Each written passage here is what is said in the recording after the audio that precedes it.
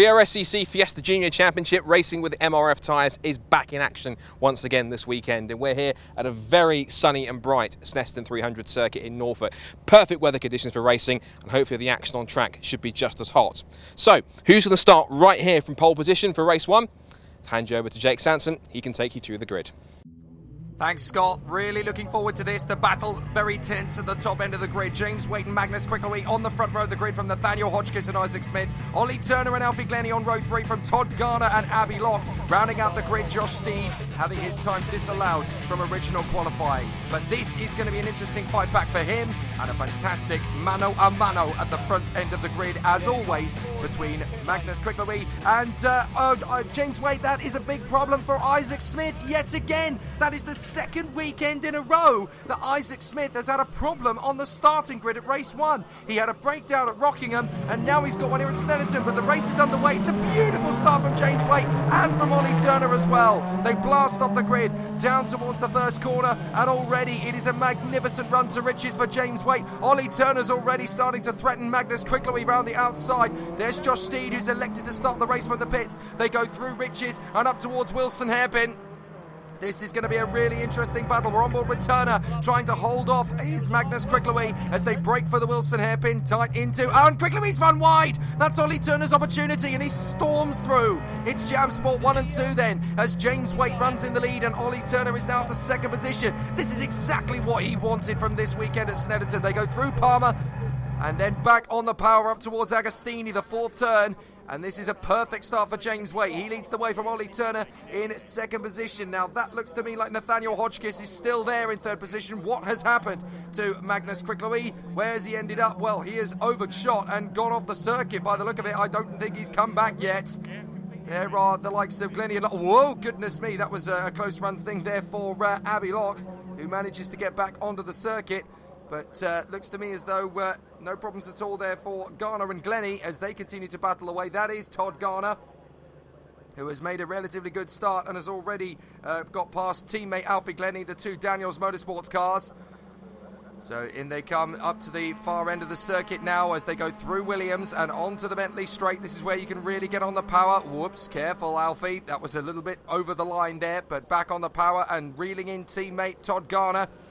You go up the throttle here, very much on the power, and as they come down underneath the bridge towards Brundle, this is where the drivers are going to really start to feel the pressure, particularly these guys. Ollie Turner's having an absolutely cracking opening lap, chasing after James Waite and trying to shake off Nathaniel Hodgkiss. So it's Jam Sport 1 and 2. There's Ollie Turner in the number 22 machine, the Dayglow Yellow. It's becoming a familiar sight in the top 3 now in Fiesta Juniors, and with Magnus Cricklewey overshooting, I don't even know what's happened to him. Has he continued or is he out of the race? I think he has actually stopped out on the circuit, would you believe? So Magnus Cricklewey has not even made it past the end of the first lap, nor has Isaac Smith. So a very dramatic start to proceedings then for Fiesta Juniors, and 9 starters, only 7 are still going then, because Cricklewey is out on the second hairpin. Now, from my point of view, as these guys go battling wheel to wheel, Garner and Glennie down to the main straight again and into Riches, it looked to me as though Cricklewey just had a brake failure or something broke on the car, and a very disastrous end to his day. We're on board with Josh Steed trying to chase down Abby Locke. This is the battle for 6th position then through Riches. Let's ride on board with him. A little bit of curb to the exit, and then just a little on the run down towards Wilson Hairpin again, formerly known as Montreal. Yellow flag still waving for Magnus Cricklewey's car. Now where is he at the moment? Can't quite see where he's parked. There he is. So Magnus Cricklewey is parked up to the side. Well, this is devastating for his championship aspirations. These 3 out in front. James Waite now leading, and with a golden opportunity to take back command of the championship. Ollie Turner and Nathaniel Hodgkiss battling over 2nd and 3rd as they go out of Agostini up the short stretch towards Hamilton. Named after the 4 times Formula 1 world champion, of course, and then they come up towards Oggies into the right-hander. This is a very difficult corner, and you've got to be very respectful of it as Ollie Turner gets on a good run on the turn-in, back on the power, gets the exit beautifully, and then into Williams as he's going to complete the lap in 2nd position once again. He is having a good run here, but James Waite is just off like a rocket at the start of these races. There's not a lot that the rest of the opposition could do to keep up with him in these early stages. As the season progresses, they may be able to get a little bit closer to him, But James Waite has definitely had the upper hand, but I'm not sure anybody expected to see the race car consultants machine of Magnus Quicklewy pulling off to the circuit at that stage. So a very dramatic run. Nathaniel Hotchkiss in third place, still trying to put Ollie Turner under some pressure. And it's not going to be particularly easy. He's going to have to work very hard indeed to get to that point. So Hotchkiss is obviously turning up the dial in the hope that he can get closer to Ollie Turner. Now, judging by the amount of time we have in this race and the length of the laps, as Ollie Turner very nearly tank slaps it out of the hairpin at Coram and into Murray's. That was a very good catch there from Ollie Turner. That could have been straight into the disaster zone on the exit of the circuit there, onto the grass and out of luck. So Ollie Turner still pushing, but Hotchkiss is still very close in behind. So the pressure is on for those two lower steps of the podium. James Waite, though, is just getting on with things at the front end of the field. Look back, where is the battle for fourth position? Here it comes. Alfie Glennie in front of Todd Garner. So these two in the Daniels cars are still battling away as they go into Riches once again. Todd Garner trying to turn up the wick a little bit here onto the back of Alfie Glennie. And I think the next car in the position is actually Josh Steed. Look in the background. That's what used to be called the Happy Tree as far as I was concerned. They've had some changes to it, unfortunately. Through Wilson, back on the power, up through the gears. This is Todd Garner's opportunity to start to get onto the tail of Alfie Glennie once again, but they've got to get on with this because Josh Steed is catching them. Hand over fist, we go on board with the Mutation Motorsport car. Plenty of curb on the way in through Palmer. Back on the power, up towards Agostini. We watch these two battling ahead. Is there going to be a move up the inside from Garner onto Glennie? Yes, there is. He's going to dive for the inside hairpin, and the teammates have touched each other. They've just about got away with that. But that was a clear definition, wasn't it? Come on, guys, stop mucking about. And Josh Steed has got himself right onto the tail of them as a result of that. Now, there's going to have to be an interesting conversation at the end of that race. I think Todd will basically have a quick word with Alfie. Alfie will say, well, you know I was ahead of you, mate. What did you do that for? And Todd said, well, you turned in on me. Alfie will say, I don't think I did, mate. I think I had the corner. But Josh Steed is now right on the back of Todd Garner. So that conversation is going to have to wait for later because Josh Steed, having started the race from the pits, is now getting himself straight back into speed. We're on board with Steed as he's going to make his move on Garner. He got a good exit out of Williams, and as they go down the Bentley straight into Brundle, I'm not sure. I think he should have stayed in the slipstream a little bit longer, but he is going to brake a little bit later. Dives for the left at Brundle. Plenty of curb. And then into Nelson, a little bit more curb on the inside. That almost gets him out wide, but that was a good bit of driving there from number 94, Josh Steed, and that puts him into 5th position. Trying to get himself back into the position where he can challenge for the podiums, if not for this race, then certainly for the second one later on. Very dramatic, though. We've lost two of the biggest names in this championship, Magnus Quicklewy and Josh Steed. Magnus Quicklewy and Isaac Smith, I should say. Both out of the race with mechanical problems on the first lap. Very dramatic here at Snetterton on the 300 circuit. As they come down the straight once again, this is the battle for 4th position. Glennie, Steed and Garner with Abbey Locke chasing them down as well. So they come up to Riches once again, coaxing through that right-hander. This is faster than you can believe in this first turn, and you've got to get the first part of the apex right, nail the throttle, get back on the power, use the curb on the inside line. It chucks you out towards Wilson. Now you're into heavy braking zones. Josh Steed is now looking very threatening on the back of Alfie Glennie. So is there going to be an opportunity for Josh Steed? Probably not into Palmer. He might get a chance into Agostini, though. We're on board with Steed. Comes through, definitely making up some ground in Palmer. This is all about confidence, this part of the circuit. It's very narrow, very twisty. You've got to have total conviction that you know the car's going to stop when you apply the brakes in that part of the zone. And Steed's going to come from a long way back. Look, he's got so much confidence with experience in this car. He just nails the brakes a few metres after Glennie. Thanks very much, boys. I'm going to carry on as Todd Garner goes a little wide, but is still very much in touch with his teammate there as they continue on. So Todd Garner trying to get back on terms with Alfie Glennie, and Glennie has decided, well, actually, I didn't want to be overtaken by you, Josh. I'm going to come back at you if you don't mind. So he's going to charge after him once more as they come out of Oggies and then up towards Williams. So they'll go through the right-hander. Very tight corner this, but you can carry a lot more speed than you realise as you get back onto the Bentley straight. There is Alfie Glennie in the 27. having a very decent and very solid maiden campaign in the Fiesta Juniors. Not the numbers we were expecting in 2018, but there are more to come in 2019 from what we hear, so there is definitely a good future prospect for the Fiesta Juniors in the next 18 months or so.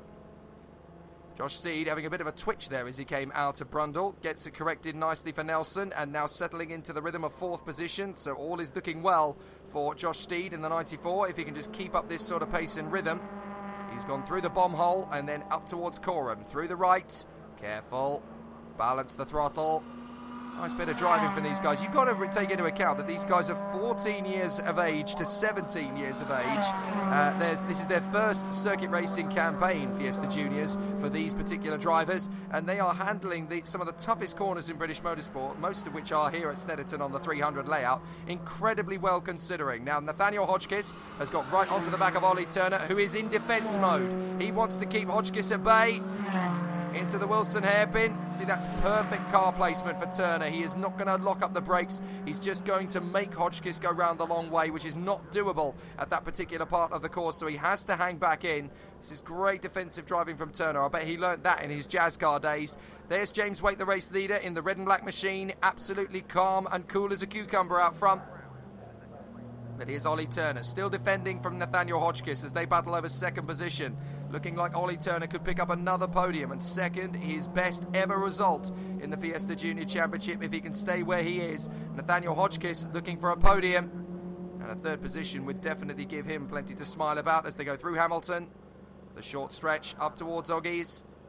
So Ollie Turner is not quite able to run at the same pace as James Waite, but he's definitely running fairly smoothly in terms of his performance. All of these guys set their fastest laps of the race on the 2nd lap at this point in proceedings at least. A 2 minutes 20.7 for James Waite, which was 0.6 of a second faster than Ollie Turner and 0.9 of a second faster than Nathaniel Hotchkiss. They haven't been able to better that 2nd lap, and that tends to be the way these MRF tyres work actually. They're very fast out of the blocks and then they start to wear. So basically from about lap 3 onwards in Snetterton on this very long circuit, you're never really going to have the same sort of grip levels from the tyres as you would have done at the start of the race, and that's why we tend to see a lot of the time the drivers, certainly at the sharp end of the grid, are only able to go their fastest within the first 2 or 3 laps of the race. After that, the tyres really start to dissipate.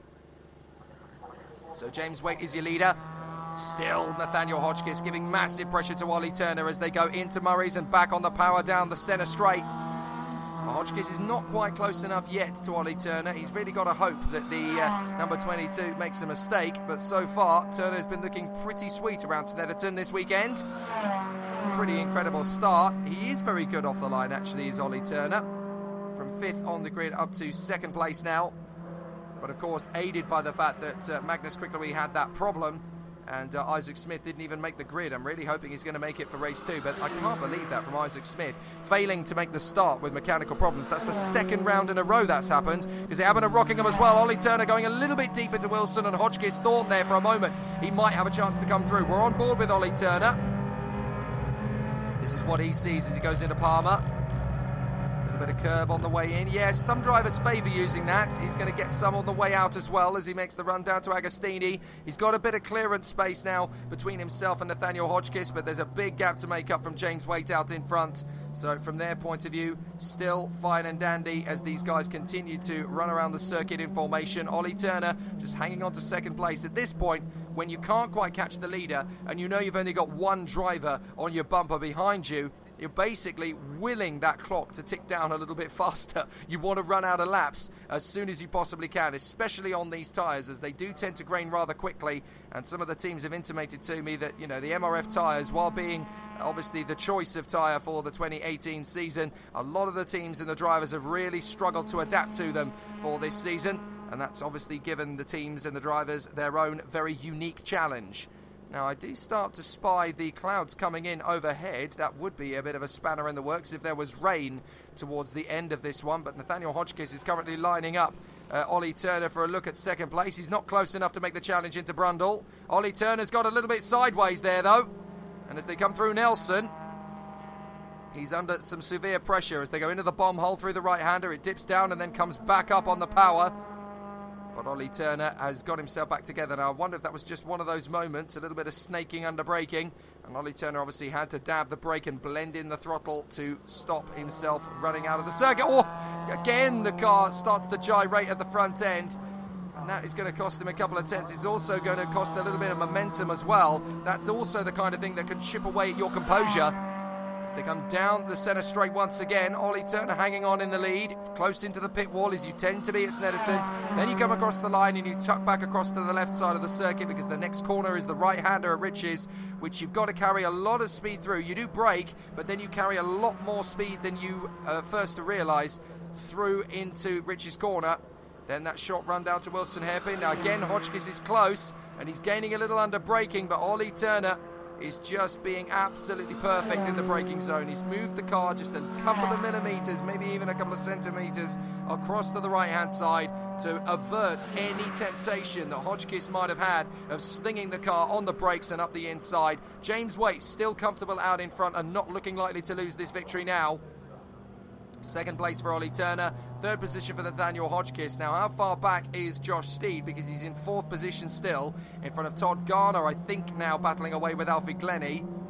I think it's actually Glennie still in front of Todd Garner for the moment, so they will continue their battle for fifth and sixth position. In fact, I just saw Alfie Glennie go through in the background there with the blue machine, or was that Abby Locke, actually, thinking about it? So they've both got very similar paint schemes on their particular cars. As Ollie Turner makes his way through Oggies, back on the power and into Williams, coaxing that inside curb as he does so. Just a little bit of a rub, nothing major, and now he's really starting to settle in. Look, Hotchkiss is now struggling to keep in terms with him, so this lap has been a particularly strong one for Ollie Turner as he now breaks into the canter, as it were. And the gap between them is now sizable enough that Ollie Turner will have a quick look in his rearview mirror and go, right, let's focus on the next apex. Let's focus on the braking point. Not too bothered about what's going on behind, although right behind them, you could just make out there in the background going onto the Bentley straight was Josh Steed, who has managed to do a good job there considering he started from the pit lane. Qualifying transgression put him in the pits. Well, basically, he had the choice. He could have started the race from the back of the grid, but because of difficulties they decided to choose to start the race from the pit lane, and it certainly hasn't ruined any chance he'll have of getting good points from this one. Nathaniel Hotchkiss still pursuing Ollie Turner as they come out of Murray's, back on the power on the centre straight. There's James Waite, your race leader. That's the gap they've got, basically. It's the entire length of the grid hatchings for a full capacity grid. Several seconds. We're on board with James Waite now, back up at the front end of the field as he comes down towards Wilson Hairpin. And I wonder how many times he is very carefully passing the scene of his big rival Magnus Crick-Louise breakdown and just grinning from ear to ear. Well, you can't see Magnus's car anymore because they've managed the marshals to move it out of its slightly dangerous and awkward position. But James Waite absolutely beaming from ear to ear now. You see, he's had his misdemeanor of the season. That was at Cadwell Park when he ran a little bit deep out of the second corner, got a wheel onto the grass, and that was enough to throw the car into the barriers and roll the car. So that was definitely his headache for the season, but Crick-Louise had one as well, so that technically evens things up a little bit. That's Alfie Glennie still trying to shake off Todd Garner in their battle for 5th and 6th positions. Abby Locke is there in 7th still. You could just about make her out in the background. So Glennie is chasing down Josh Steed in the hope that he can get himself back into the top 4. There is Glennie, there is Garner. And Todd Garner, I don't think, has given up his chances of beating his teammate yet, but they've already had that little nudge a little bit earlier on. That's Abby Locke in the background, still getting up to speed. A lot of these drivers, of course, are making their first ever campaigns in car racing, so they are quite literally learning by doing. And the rate of development from the Fiesta Junior drivers over the years has been absolutely fantastic and phenomenal. And what the likes of Penny Maddox and Laura back in base camp at the BRSCC are doing with these guys has been truly fantastic.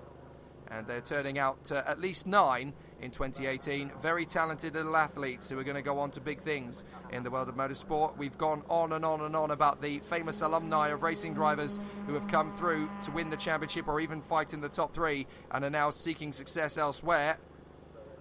And there's several drivers who have not won the championship, of course, who have done similar. So down the back straight, underneath the bridge and into Brundle. You carry a lot of speed here, even though you're going down the brakes down the gears as well. Then you really put on the power as you come out. Oh, and Ollie Turner's gone off! No, sorry, that's Alfie Glennie gone off. My apologies. I thought so for a moment we were watching Nathaniel Hodgkiss again into the last lap, and Alfie Glennie overshot there at Nelson and has rejoined the circuit. That is Todd Garner's opportunity to come back through. Now, hang on a second. I think we are missing Josh Steed. Josh Steed appears to be missing from 4th position. I'm not sure what has happened there. But we're on the last lap. James Waite is leading. But yes, Ollie Turner is 2nd and Hodgkiss is 3rd. And now that Todd Garner has overtaken Glennie, I think he is there in 4th position. So Steed is out of it. And Abby Locke, I think, is out of the race as well now. So both of them have dropped out of contention. You can still see Ollie Turner and Nathaniel Hodgkiss battling away for 2nd place behind. But James Waite, with the Bobby's Tyres Jam Sport car, is doing an absolutely superb performance. This is definitely making up for the disappointment of the first race at Cadwell Park. You just saw in the background there, the 2 Daniels cars are absolutely scrapping away. Todd Garner and Alfie Glennie. Glennie was diving down the inside there at Wilson. Look in the background, you might be able to see them come through. Still duelling for position.